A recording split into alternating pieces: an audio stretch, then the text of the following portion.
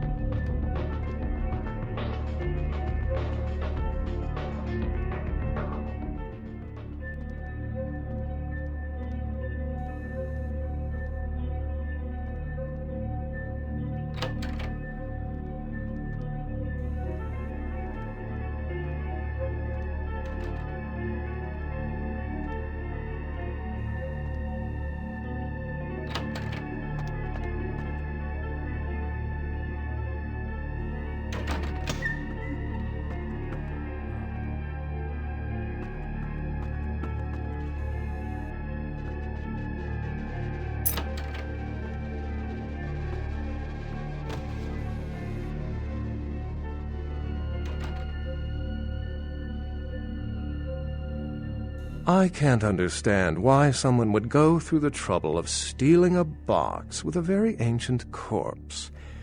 This city's not that dull.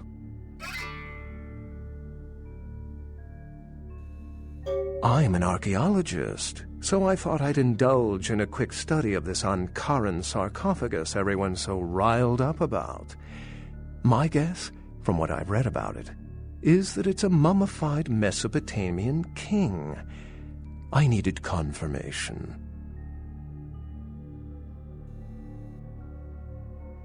Since it's missing, I'm inclined to believe it was stolen, or intentionally misplaced, if you like. Clearly, though, it's not here.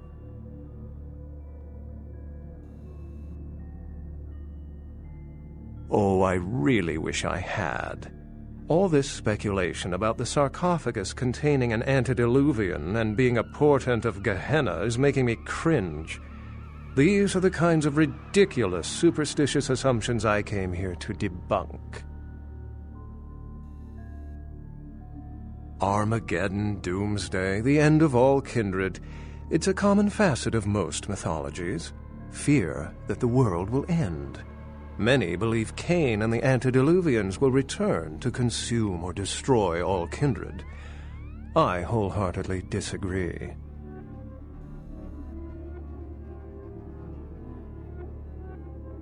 No one I know has ever met one, but each of the clans and their bloodlines supposedly trace their origin to an original vampire, an antediluvian.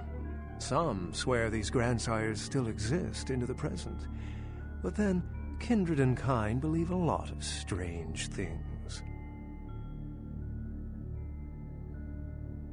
Cain is the biblical first kindred and founder of the mythological first city, Enoch, a place where kindred and kind coexisted. I believe Cain's a figure concocted to personify the transition from nomadic society to agrarian society. That myth, like most, has been twisted by time.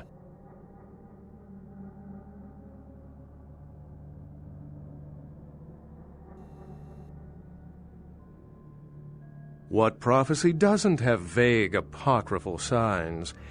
Let's see. The usual ones cited are the appearance of thin bloods, Cain sightings, doom, gloom, that route. Thin bloods rarely exhibit features or powers of their clan, and many can't embrace. Some are even rumored to have reproduced.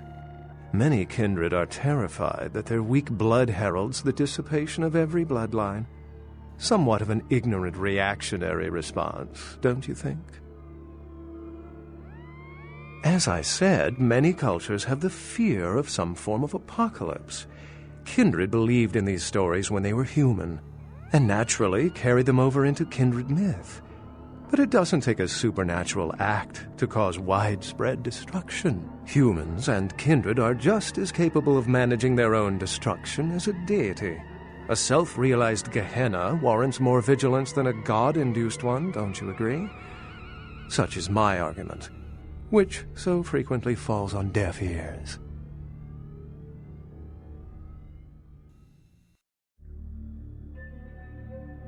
For 300 years I've been trying to determine the function of our existence, the kindred's role in the world. I'm not content to attribute it to some act of supernatural biblical vengeance. We exist for a reason, and if it takes another 300, I'll figure it out. Any thoughts?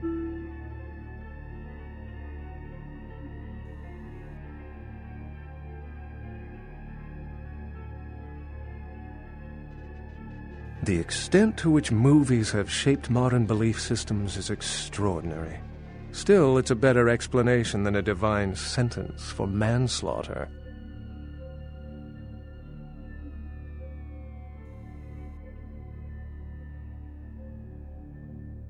My sentiments exactly, but there's time to rectify that.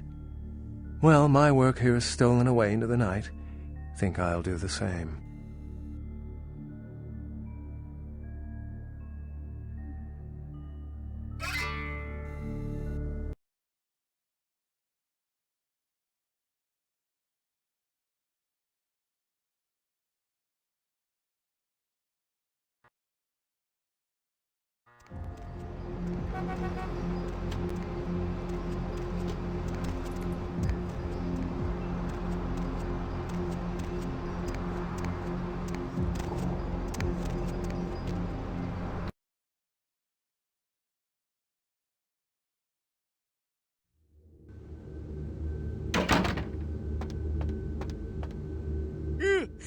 Oh, excuse me.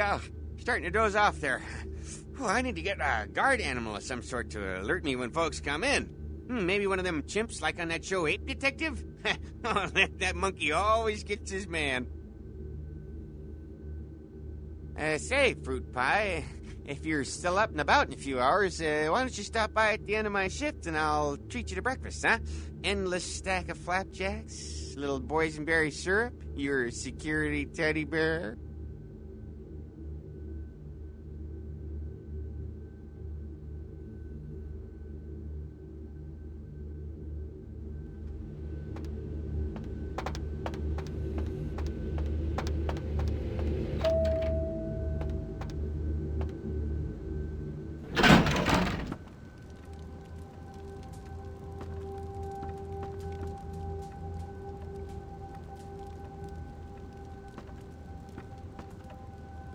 The folly of leadership is knowing that no matter what you do, behind your back there's hundreds, certain that their own solution is the sounder one, and that your decision was the byproduct of a whimsical dart toss. I pronounce the blast sentence, and I soak the critical fallout. I make the decisions no one else will. Leadership. I wear the albatross and a bullseye.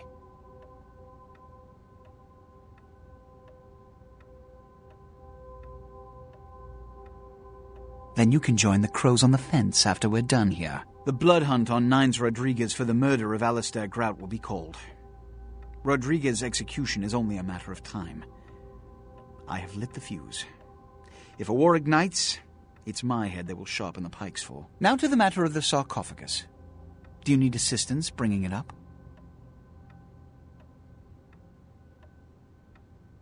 Stolen? Stolen? How? Who would... Oh, Gary. Gary, you treasonous maggot. I should have anticipated your treachery, sewer rat. The Nosferatu Primogen. The Nosferatu were responsible for finding out where the sarcophagus was taken after the Dane, and for getting keys to the museum. They were the only ones who knew. It's obvious to me now. My mistake. I want him found. I want him found. The sarcophagus could be exploited, causing who knows what catastrophe to this city. If it were to fall into the wrong hands...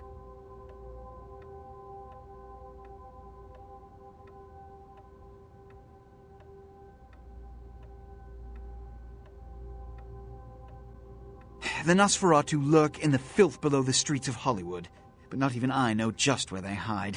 Hollywood is, unfortunately, lacking in any Camarilla loyalties. Hollywood's baron is an anarch named Isaac.